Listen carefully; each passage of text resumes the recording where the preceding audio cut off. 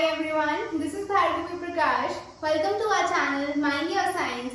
हम पढ़ रहे थे 11th क्लास की फिजिक्स का एक टॉपिक जिसका नाम था वेक्टर्स। अब तक हमने वेक्टर्स में क्या कर लिया? एडिशन पढ़ ली, सब्ट्रैक्शन पढ़ ली, रेजोल्यूशन भी निकाल लिया, मतलब रिजॉल्व भी कर लिया। और आज का जो हमारा टॉपिक है वो क्या है? Multiplication of vectors. मल्टीप्लिकेशन का मतलब मल्टीप्लाई करना ही होता है। जैसे हम 2 into 3 करते हैं वो 6 आ जाता है। बट ये दोनों तो क्या है? स्केलर क्वांटिटीज हैं। पढ़ क्या रहे हैं? वेक्टर पढ़ रहे हैं। तो क्या क्या हो सकता है इसमें केस? एक तो हो सकता है स्केलर को हम किससे मल्टीप्लाई कर रहे हैं? स्केलर से नहीं करना है, तो स्केलर मल्टीप्लिकेशन हो जाएगी। किसकी करनी है? वेक्टर की करनी है ना, तो स्केलर इंटू वेक्टर लिखोगे। या फिर क्या होगा? वेक्टर इंटू में वेक्टर होगा। अब स्केलर इंटू वेक्टर अगर हम डिस्कस करें तो क्या होगा यार? स्केलर इंटू वेक्टर यही पढ़ लेते हैं। अब मेरे पास स्केलर है कोई, स्केलर में क्या होता है? सिर्फ मैग्नीट्यूड होता है। मान लो मैंने मैग्नीट्यूड 5 ले लिया। अब मेरे पास एक वेक्टर है। वेक्टर क्वांटिटी क्या हो सकती है? इसको ऐसे लिख लें, i cap plus 3j cap plus 4k cap. i cap, j cap, k cap भूल गए होंगे। पहले रिवाइज कर लेते हैं ताकि थोड़ा इजी हो जाए लेक्चर कंटिन्यू करना। मैंने पढ़ाया था टाइप्स ऑफ वेक्टर में ऑर्थोगोनल यूनिट वेक्टर्स। पहले ऑर्थोगोनल छोड़ दो, पहले यूनिट वेक्टर रिवाइज करते हैं। क्या होते हैं? यूनिट वेक्टर वो वेक्टर है जो हमें क्या बताता था? डायरेक्शन बताता था, और जिसका मैग्नीट्यूड क्या होता था? 1 होता था। मैग्नीट्यूड 1 और क्या बताता है? किस काम आता है? डायरेक्शन बताने के हमारे काम में आता है। अब यहाँ नया वर्ड क्या जुड़ गया? ऑर्थोगोनल। ऑर्थोगोनल का मतलब क्या है? Mutually perpendicular. इसका मतलब क्या होता है? Mutually perpendicular. अब ये क्या होता है? हमारा एक्स एक्सिस था, ये वाई था और ये जेड था। अगर पहले की वीडियो देखी हुई है तो मैंने इसमें पूरा अच्छे से समझाया हुआ है कि एक्स एक्सिस के पास जो वेक्टर होता है या जो यूनिट वेक्टर होता है उसे हम आई कैप से डिनोट करते हैं, इसको जे कैप से अलोंग वाई और के कैप से अलोंग जेड। तो ये यूनिट वेक्टर बेसिकली क्या है? ये वो वेक्टर है जिसका मैग्नीट्यूड तो 1 है लेकिन इसकी डायरेक्शन क्या है? अलोंग एक्स एक्सिस है। सिमिलरली जे वेक्टर क्या है? जिसका मैग्नीट्यूड फिर से क्या है? 1 है लेकिन उसकी डायरेक्शन अलोंग वाई एक्सिस है। और के कैप क्या है? यूनिट वेक्टर जिसका मैग्नीट्यूड 1 है और उसकी डायरेक्शन कहाँ है? अलोंग जेड एक्सिस है। तो अगर ये हमारे पास दिया हुआ है इसका मतलब क्या है? आई कैप में कितना यूनिट है? 1 आई कैप लिख सकते हो plus 3j cap plus 4k cap, यानी कि 1 यूनिट इस डायरेक्शन में है, 3 यूनिट कहाँ है? इधर है, और इधर कितना है हमारा? 4 यूनिट्स। ठीक है, इसका ये मतलब है तीनों डायरेक्शंस क्या है? म्यूचुअली परपेंडिकुलर है। तो हम वेक्टर को इस फॉर्म में भी लिख सकते हैं। अब हम क्या कर रहे थे? वापस आते हैं टॉपिक पे। हमें करना था स्केलर इनटू में वेक्टर। तो स्केलर इनटू में वेक्टर करने के लिए क्या करना है? सिंपली मल्टीप्लाई कर देना है, क्योंकि स्केलर का काम ही होता है आसान करना। तो हमें क्या करना है? ए वेक्टर का 5a वेक्टर निकालना है। तो क्या करेंगे? 5 into I cap plus 3j cap plus 4k cap. Simply ये जो है इसे अंदर मल्टीप्लाई कर देंगे। ये क्या आ जाएगा? 5i cap plus 5 3 jar 15j cap plus 5 4 jar 20k cap. तो ये हमारे पास वैल्यू आ गई किसकी? Scalar into vector. जब हमने किया स्केलर हमने मान लिया कितना? 5 यूनिट्स, और इसे हमें सिंपली क्या करना है? मल्टीप्लाई करना है किससे? हमारे वेक्टर से। ये तो पढ़ लिया हमने पहला पार्ट। अब जो दूसरा पार्ट है हमारा, क्या लिखा है मैंने? वेक्टर इनटू में वेक्टर लिखा है। तो वेक्टर इनटू वेक्टर में ना यार 2 केस बनते हैं, जादू सा हो जाता है। क्या होता है? कभी कभी तो जब हम वेक्टर इनटू वेक्टर करते हैं ना तो क्या आ जाता है हमारे पास? जो इनका प्रोडक्ट आता है वो ना स्केलर आता है। बोल दो हम नहीं मानते, जल्दी बोलो। क्या बोला मैंने? वेक्टर इनटू वेक्टर का प्रोडक्ट क्या आ रहा है?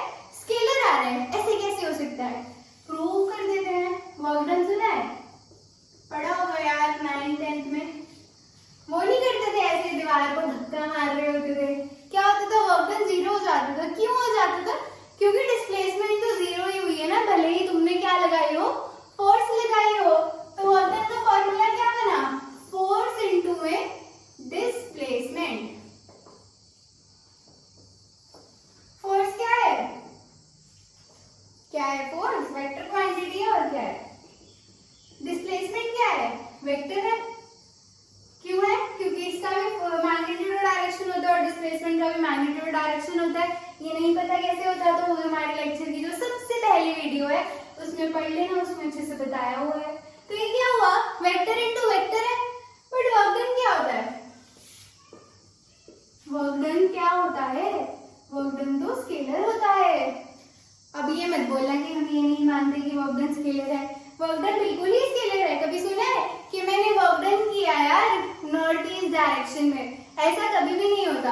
वर्क डन में सिर्फ हमारे पास क्या होता है? मैग्नीट्यूड होता है, इसीलिए ये हमारी एक स्केलर क्वांटिटी है। ठीक है, ये मैंने आपको बता दिया, प्रूफ कर दिया कि अगर वेक्टर को वेक्टर से मल्टीप्लाई करें तो प्रोडक्ट क्या आ जाता है? स्केलर आ जाता है।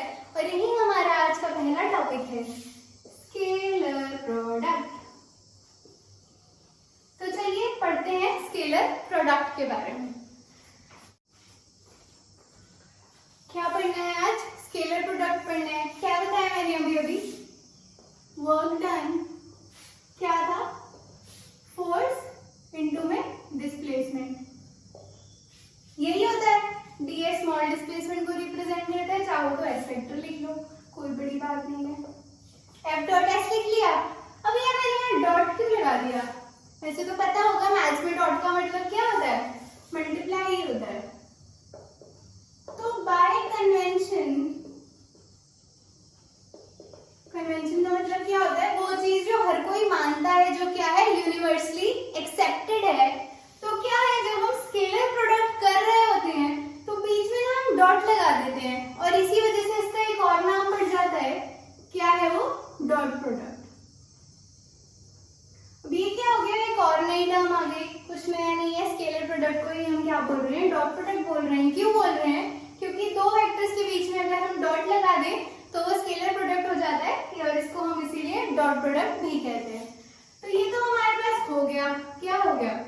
एफ डॉट एस मैंने लिख दिया, बट एफ डॉट एस तो लिख दिया, इसे मल्टीप्लाई करेंगे कैसे? तो इसका ना एक फॉर्मूला होता है। क्या है? एफ का मैग्नीट्यूड, एस का मैग्नीट्यूड और कॉस थीटा। अब ये कहाँ से आया, क्यों आया, ये सब क्या है? हमारे जो फिजिक्स के महान महान साइंटिस्ट थे उन्होंने ये फॉर्मूला डिराइव किया है। आपको ये सिर्फ याद रखना है, इसमें ज्यादा झंझट नहीं करना है। बस क्या याद रखना है? जहां डॉट प्रोडक्ट है वहां कॉस थीटा लगेगा। इसे आपको याद ही करना पड़ेगा कि डॉट प्रोडक्ट में कॉस भी लगेगा। अब अगर मैं बोलूं, क्या बोलूं? थीटा क्या है तो बता दो। अगर ये मेरी फोर्स है और ये मेरी डिस्प्लेसमेंट है तो इन दोनों के बीच का ये जो एंगल है इसे ही क्या बोलते हैं? थीटा बोलते हैं। यानी कि जो फोर्स है इसके बीच का एंगल बन रहा है वो क्या है? मेरा थीटा है। और जब भी न्यूमेरिकल करो तो हमेशा ये छोटे वाला एंगल लेना। छोटा एंगल, बड़ा एंगल कौन सा है? फिर बड़ा एंगल ये वाला है आपका। ये क्या है? बिग एंगल है, और वो क्या है? स्मॉल एंगल है। तो जब भी करो क्वेश्चंस तो हमें क्या याद रखना है कि छोटा एंगल लेना है। फॉर एग्जांपल अगर ये है मेरे पास, ये मेरा 120 डिग्री है, तो बड़े वाला क्या होगा? 240 डिग्री होगा। कैसे हो गया यार जादू? पूरा एंगल कितना है? 360 है। इन दोनों को ऐड करो भी क्या बनेगा? 360 बनेगा। ठीक है, तो ये एंगल कैसे निकलेगा? 360 माइनस 120। तो जब ये फॉर्मूला आप लगाओगे, अप्लाई करोगे अपने न्यूमेरिकल्स में, तो हमें थीटा कितना लेना है? 120 डिग्री लेना है।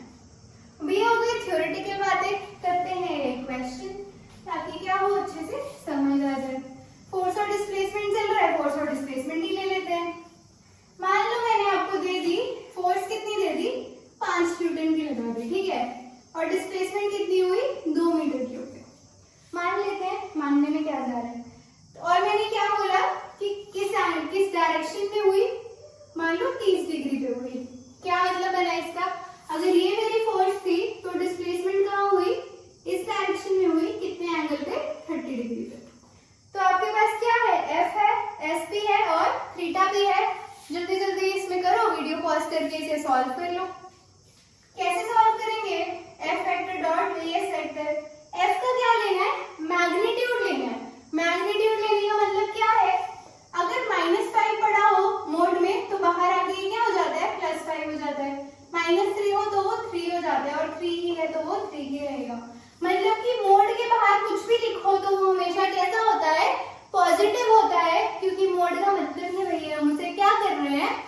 पॉजिटिव वैल्यू में कन्वर्ट कर रहे हैं। तो F की वैल्यू यहाँ से पुट करोगे, कितना है 5 न्यूटन है, लिख दिया।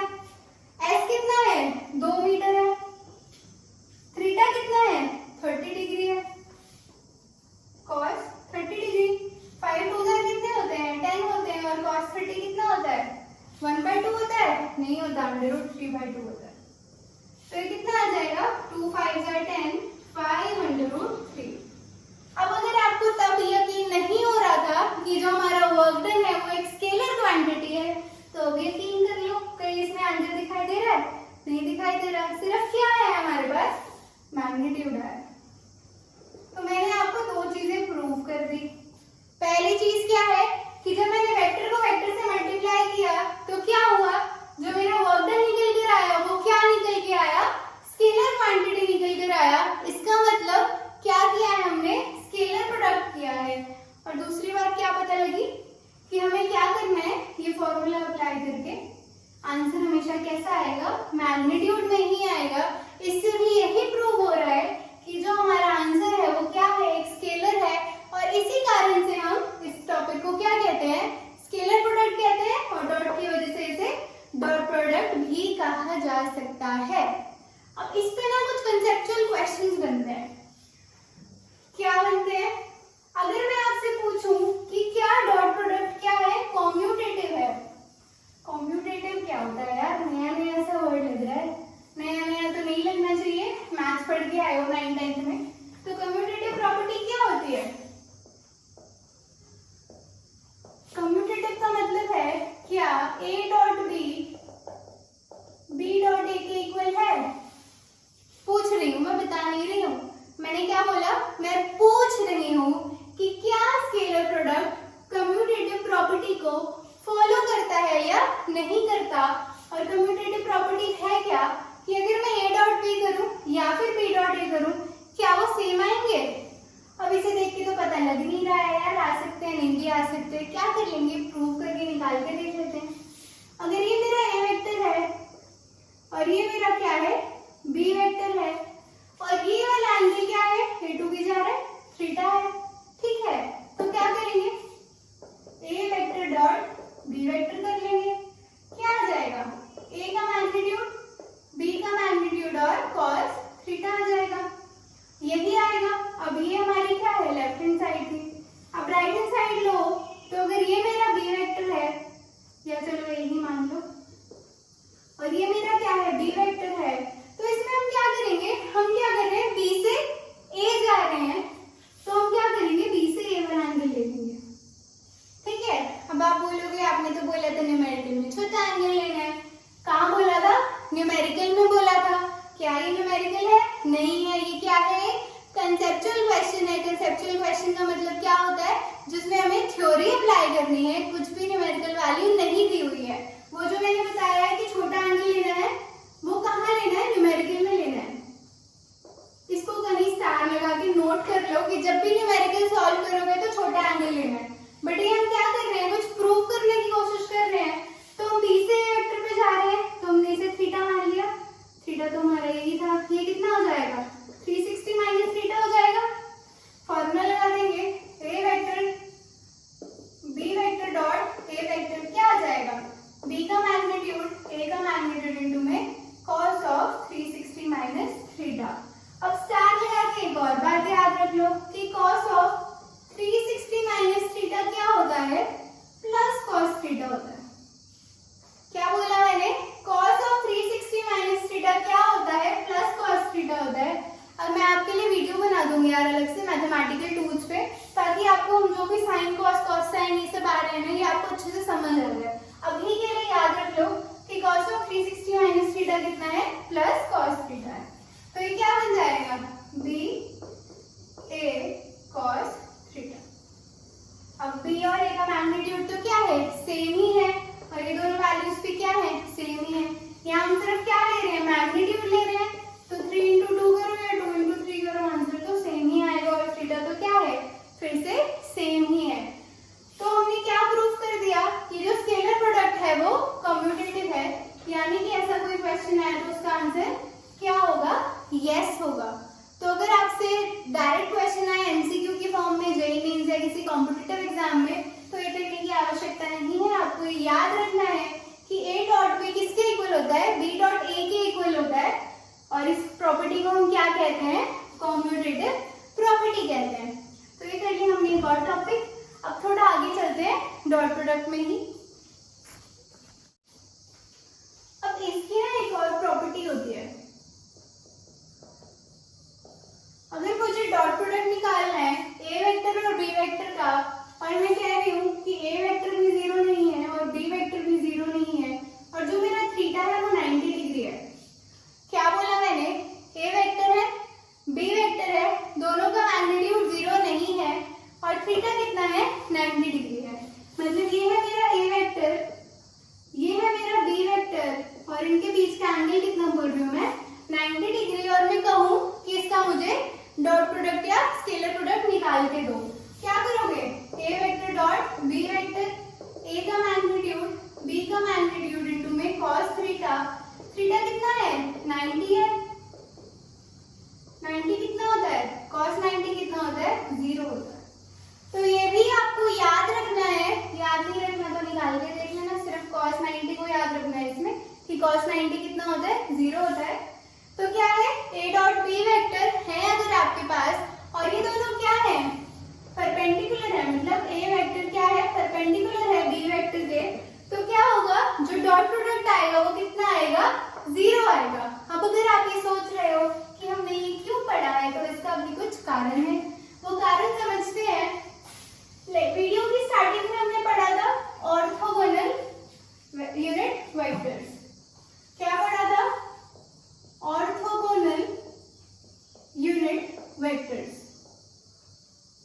क्या थे, यही तो थे, ये था हमारा x, इधर y था और इधर z था, इसके साथ i कैप, इसके साथ j कैप और इसके साथ k कैप। क्या थे ये, यूनिट वेक्टर्स थे। ऑर्थोगोनल का मतलब क्या होता है, म्यूचुअली परपेंडिकुलर है, ये एंगल 90 डिग्री है और ये भी इसके 90 डिग्री पे होता है, ठीक है। 2D में इसे ऐसे रिप्रेजेंट करते हैं। अब अगर मैं बोलूं मुझे आई कैप डॉट जे कैप निकाल के दे दो, क्या करोगे, फॉर्मूला लगाओगे, आई का मैग्नीट्यूड जे का मैग्नीट्यूड और cos थीटा। अब मैंने क्या बोला है, ये क्या है, म्यूचुअली परपेंडिकुलर है, तो थीटा कितना हो जाएगा, 90 डिग्री हो जाएगा। ये 1 और 1 क्यों लिखे हैं मैंने, क्योंकि मैग्नीट्यूड क्या है, 1 है, क्यों है, क्योंकि ये क्या है, यूनिट वेक्टर है। यूनिट वेक्टर क्या होता है, जिसका मैग्नीट्यूड 1, और वो हमें क्या बताते हैं, सिर्फ डायरेक्शन बताते हैं।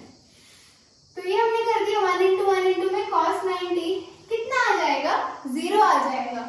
ये प्रॉपर्टी यहाँ पर हम या तो डायरेक्ट लगा दो, डायरेक्ट नहीं लगानी है तो 90 यहाँ पुट करके देख लो तो भी क्या आएगा, 0 ही आएगा। सिमिलरली अगर मैं बोलूँ आई कैप डॉट के कैप निकालना है, तो आई और के भी क्या है, म्यूचुअली परपेंडिकुलर है, डायरेक्ट ही प्रॉपर्टी लगा दो तो क्या आएगा, 0 आएगा। और अगर मैं बोलूँ के कैप डॉट जे कैप निकालना है, तो के और जे भी क्या है, म्यूचुअली परपेंडिकुलर है, यानी कि थीटा क्या है, 90 है, तो आंसर क्या आएगा, 0 आएगा। तो हमें क्या पता लगा, I dot J is equal to J dot K is equal to I dot K. तीनों क्या है, 0 है, आई डॉट जे, के डॉट जे और आई डॉट के। अब मैंने यहाँ के डॉट जे लिखा है, यहाँ जे डॉट के लिखा है, अलग अलग है क्या, भूल गए कॉम्यूटेटिव प्रॉपर्टी। क्या मतलब हुआ, जे dot K is equal to के डॉट जे, तो ये दोनों तो क्या है, इक्वल ही है, और मैग्नीट्यूड कितना आ रहा है, 0 आ रहा है। तो ये तीन हमने निकाल लिए, क्या प्रॉपर्टी यूज करके, ये वाली प्रॉपर्टी यूज करके। अब ये तो वो वाला केस था जहां पर ये क्या थे, म्यूचुअली परपेंडिकुलर थे। अब अगर मैं बोलूं कि मुझे आई डॉट आई निकाल के दे दो, जरा क्या निकाल के दे दो, आई डॉट आई निकाल के दे दो, क्या करोगे, आई का मैग्नीट्यूड इंटू में आई का मैग्नीट्यूड इंटू में cos थीटा। अब यही मेरा आई है और यही मेरा आई है, तो अगर मैं बोल रही हूँ ये मेरा आई कैप है और इसके ऊपर भी मेरा आई कैप बन रहा है, इन दोनों के बीच का एंगल कितना है, 0 है। मतलब क्या है, अगर ये मेरा आई वेक्टर है और यही मेरा दूसरा वेक्टर है, ऐसे दिख रहे हैं, तो इन दोनों के बीच में कुछ एंगल तो नहीं है। एंगल कब होता है, जब ये ऐसे होता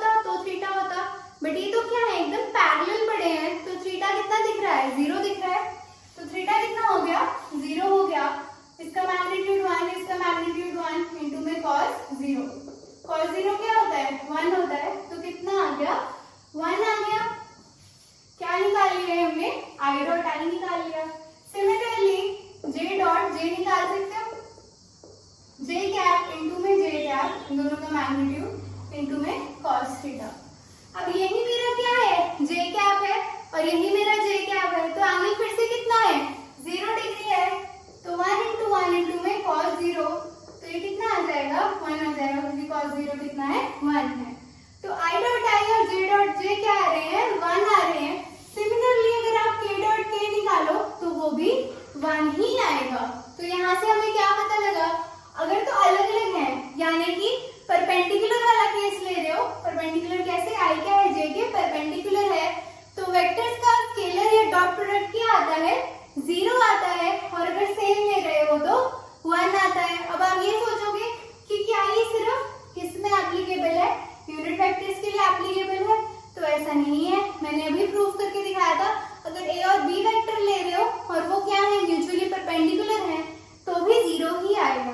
सिमिलरली अगर आप ऐसा केस लो कि ए वेक्टर डॉट ए वेक्टर निकालना है मुझे, ठीक है, तो क्या करोगे, ए का मैग्नीट्यूड इंटू में ए का मैग्नीट्यूड इंटू में cos कितना आएगा, 0 आएगा, क्योंकि ये वेक्टर तो उसके ऊपर ही पड़ा हुआ है, क्योंकि वेक्टर क्या है, सेम है।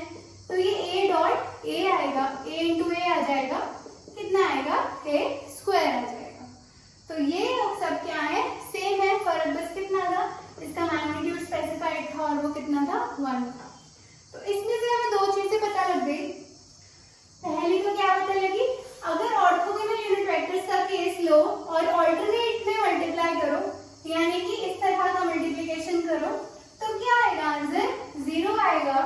और अगर हम I डॉट I निकाल रहे हैं, या फिर J डॉट J निकाल रहे हैं, या फिर K डॉट K निकाल रहे हैं, तो कितना आएगा, 1 आएगा। तो ये हमने दोनों निकाल कर देख लिए हैं। अब क्या करते हैं, क्वेश्चन कर लेते हैं प्यारे सा।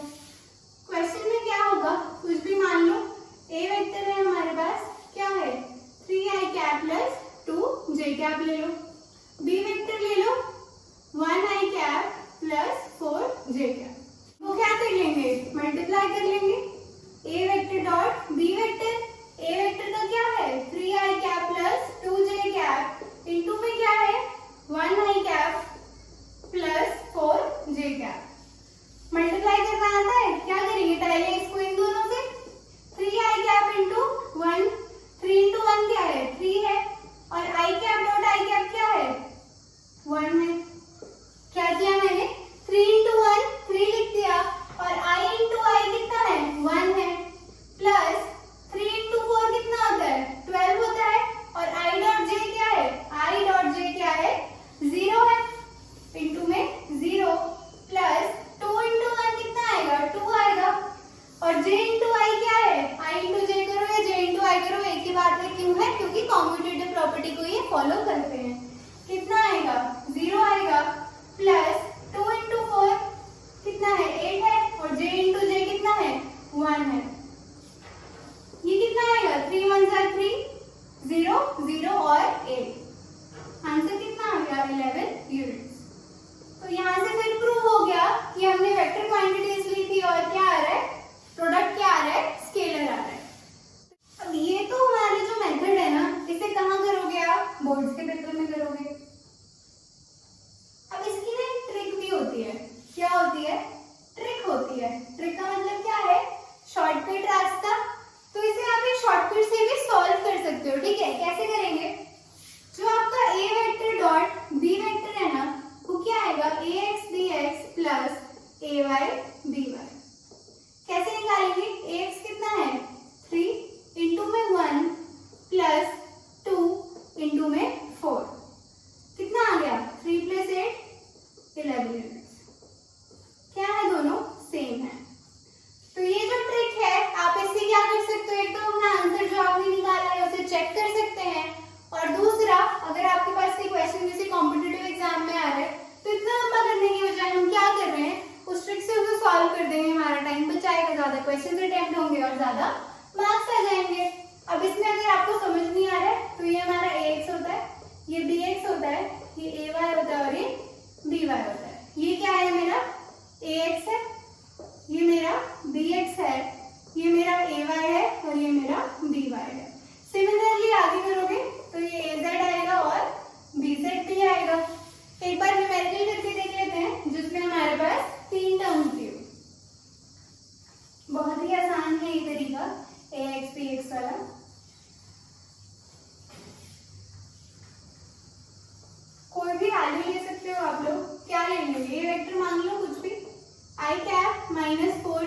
कैप प्लस 2k कैप और बी वेक्टर मान लो 8i cap plus 3j cap minus 1k cap.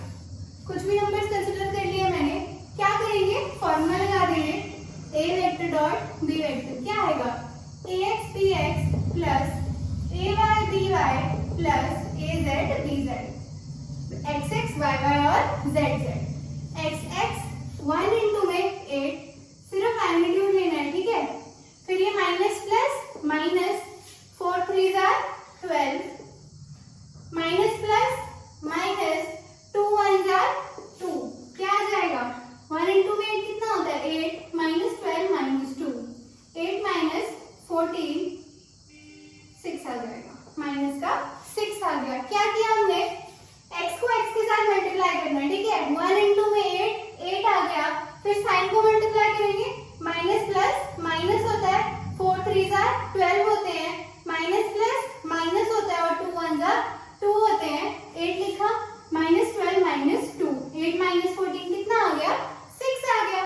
तो ये है हमारा तरीका, हमने क्या कर ली वेक्टर मल्टीप्लिकेशन कर ली, कौन से वाली स्केलर इनटू वेक्टर किया हमने पहले, जिसमें हम सिंपली क्या करते थे, जो बाहर यूनिट होती थी उसको वेक्टर से सीधा सीधा मल्टीप्लाई कर देते थे अंदर, ठीक है। ये दूसरा केस कौन सा था, हमने वेक्टर को वेक्टर से मल्टीप्लाई किया और प्रोडक्ट कैसा आया स्केलर आया, इसमें कहीं भी आई कैप जे कैप या के कैप नहीं है, इसलिए डायरेक्शन स्पेसिफाई करने के लिए इसकी मैंने आपको ट्रिक भी बता दी और इसका जो फॉर्मूला है वो भी बता दिया और ये भी बता दिए। आप जिस मेथड से चाहो जो आपको आसान लगे उससे सॉल्व कर सकते हो, आंसर बिल्कुल ही सेम आने वाला है।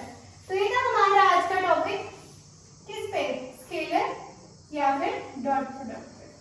अगर आपको कोई भी डाउट हो या कोई क्वेश्चन समझ में आ रहा हो तो आप नीचे कमेंट कर सकते हैं, मैं सॉल्व कर दूंगी। या अगर आपको वीडियो पसंद आई हो तो लाइक कर देना, दोस्तों के साथ शेयर कर देना और चैनल को सब्सक्राइब कर देना। थैंक यू सो मच ये वीडियो देखने के लिए।